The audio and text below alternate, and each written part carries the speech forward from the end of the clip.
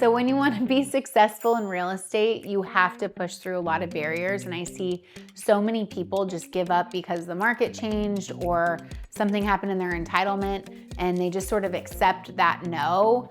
And I've always figured out how to push through. You can always solve other people's problems, your investor problems. There's always ways to push through. And I'm going to tell you a story about how I did that over the course of years. There's a project that had many twists and turns to get it assembled and come out the other end entitled. This was a waterfront project in Nashville. It's one of the largest assembled waterfront projects still in Nashville. This is the crazy story of how I got there that'll give you the mindset of pushing through and succeeding in real estate. So if you want to hear more about it, stick around for this video. I'm Megan Epstein, a real estate developer, a wife, and a mother of 4. I've completed 10 different commercial development projects ranging in size from 10 million to 100 million. On this channel, I tell you all about the journey and the lessons I've learned along the way. So Davidson was a property that I looked down on, literally looked down on, when I lived in East Nashville, which is this kind of super up and coming hip neighborhood in Nashville. And we were renting after I sold one of my developments we were living in. And it was just kind of a chapter of our lives. It was sort of like an in-between chapter. We really buckled down. We just were renting this inexpensive home, and it overlooked this huge industrial parcel on the river. And I'd already been really passionate about developing riverfront property in Nashville because when I got to Nashville, I noticed that nobody was really doing that. And I thought it was such an underutilized asset. And I would go to places like Austin where the river was super activated with greenways and boat docks and kayaking. And I just thought it was really weird that Nashville's river was just considered very industrial and all of the restaurants and stores like turned away from it. There was 20 acres that were on the water. It was actually owned by a bunch of different industrial users, and there's still industrial buildings on it, but I would look down on it from my home and I just thought, gosh, that really needs to be developed. And it was right at the base of a huge park, which is basically like the Central Park of Nashville. So I would run by these parcels every week, a couple times a week. And I started stopping in and talking to the owners. Some of them were larger parcels, 5, 6, 7 acres. Some were 1 or 2 acre parcels. But just slowly over time, I talked to the owners. I think it took me a couple years, but I got everyone to agree separately to sell me the parcels. It was just a long-term vision that I saw, and I wanted to do a really huge mixed-use development. That was sort of the vision of it. The last parcel was kind of the crown jewel of the property because it was at the base of Shelby Bottom Park.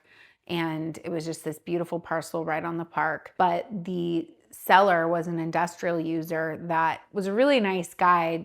And he had this construction business that was there for years, many years, I think decades. And he had bought it. He was not interested. I mean, we were talking about purchasing it for over $15 million, I think. And he was just like, that's a lot of money. I don't even know what I would do with all that money. Like, I don't think I want to shut down my company. I don't know where I could go and keep my company open, because that's the problem in Nashville is it's become so developed and it's become so hot that a lot of the industrial users that were typically in around the urban core really don't have a lot of places to go because there's just all that land's getting bought up and turned into housing or office or whatever else. It took me a long time, I think almost 2 years, to find him somewhere else to go that fit within his budget and fit his parameters because industrial land is so rare in the urban core. And he couldn't be super far out. There's logistics in terms of building supplies and things. They don't need to be near the urban core. And a lot of times it's a pain for their employees that are coming and commuting in from more suburban areas.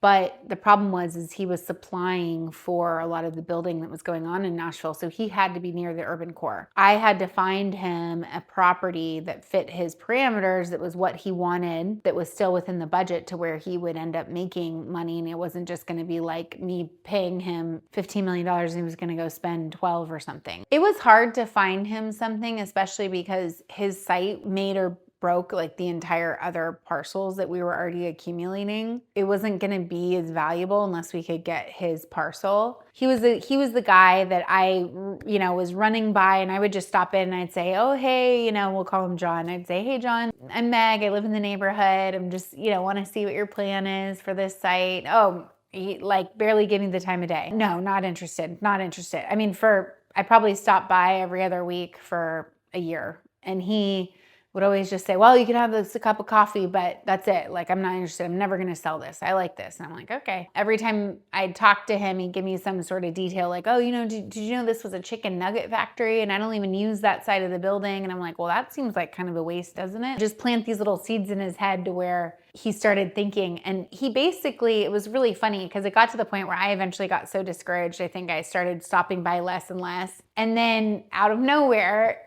he finally called me and he said, I think I'm actually ready to talk to you about selling, almost right before that point when I gave up. And that is always the story of a salesperson, is like right before you're about to make the sale, you give up as a salesperson, and that person's probably interested.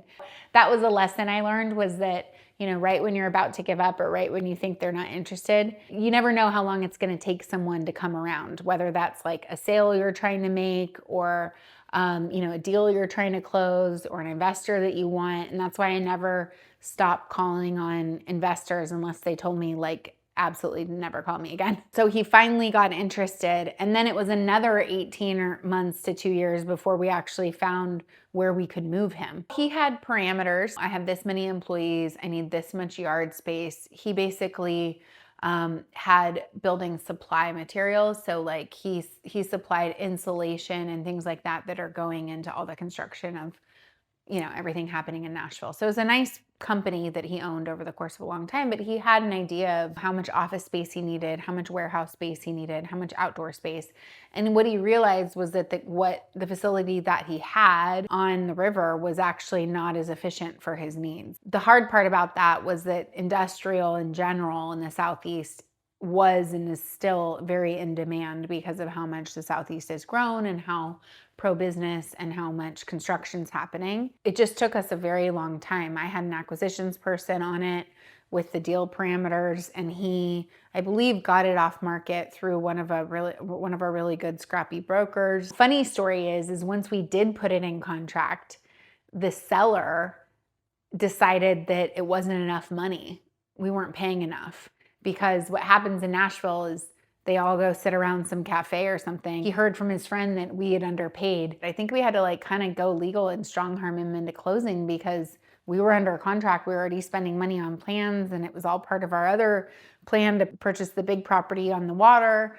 And I think the seller of the parcel that he was buying wanted us to pay, he was like, well, you have to pay more now. And we're like, that's not how it works, buddy. Like, this is a contract. That's why you have legal documents. That was one hiccup in the odyssey that it was to get all these parcels together. And I think we paid him over $15 million for his land. So he ended up having a newly retrofitted building that was a little bit more efficient for him, and surplus capital to provide for his family for the rest of their lives. I'm sure he invested it or whatever. So it was a very big win-win for him. And it was one of the reasons that I had started my entire industrial platform. I was originally always in housing, but I'd worked with so many sellers that were interested in industrial because they were industrial users that I ended up building out that as a vertical because I needed to relocate him as an example. It took many years overall and a lot of work, but we ended up getting his site, which is much more prime for housing, moving him to an industrial part of town and building him out something he wanted. And I think he, had quite a bit of money left over. So it was a kind of a success story for him and his family. I kind of took responsibility for the entire cycle, which was really not my job, right? Like, I'm already the person paying him, over $15 million for his property. Hey, you can find where you can go. But I knew the deal wasn't going to happen. So I think that's a way where in business, I think the thing that's made me really successful is going, okay, I'm going to try to control as much of the outcome as I can versus being like, well, that's not my job.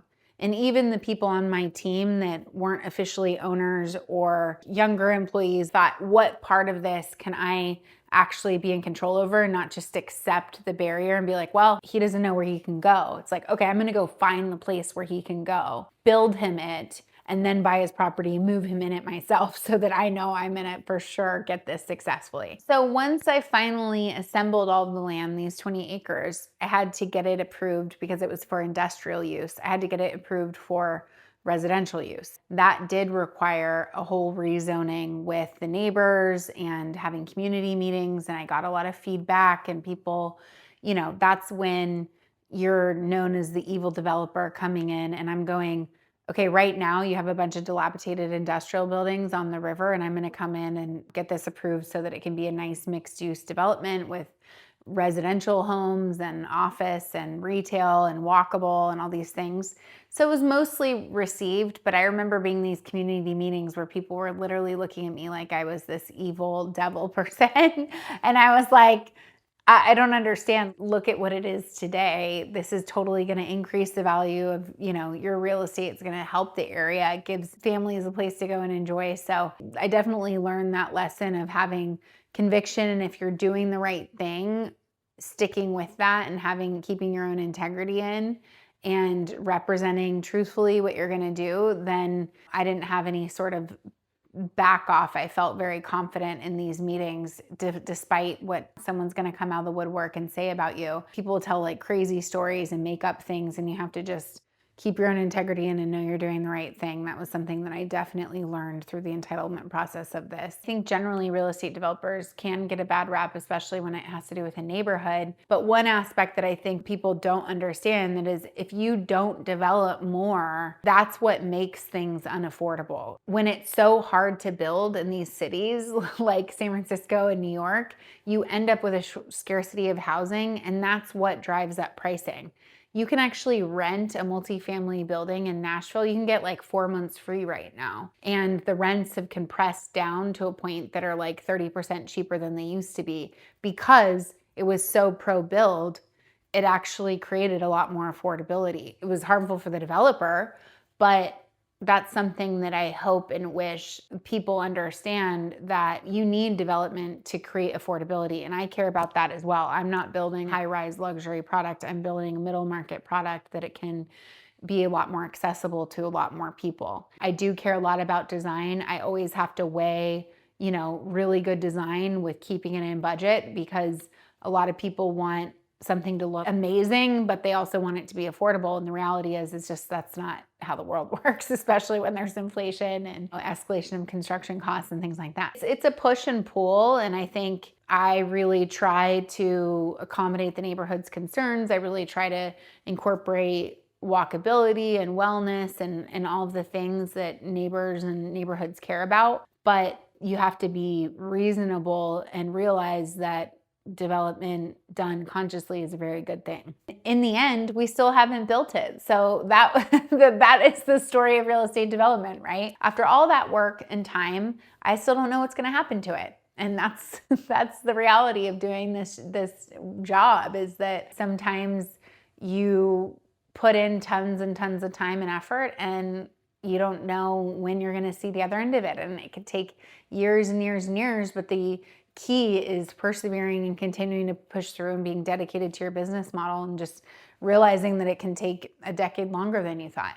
The biggest lesson, which is always one of the lessons that I harp on, is that you have to be persistent and push through and have confidence in your plan over the course of many years to be successful in real estate development. Because there will be 1,000 barriers. You have to push through, and eventually it will make sense if it's a good location. Since I purchased that land on the water, the value of it has at least doubled, because the Carl Icahn site, which was one of the biggest national sales of last year, increased the value of my parcels. And I knew that that was going to be a huge development in Nashville. You have the brand new stadium already being built. You have a huge master plan that the city and massive developers are doing. And so I knew that us buying that land would never go down in value. And it certainly has gone up, just because it was such a great location.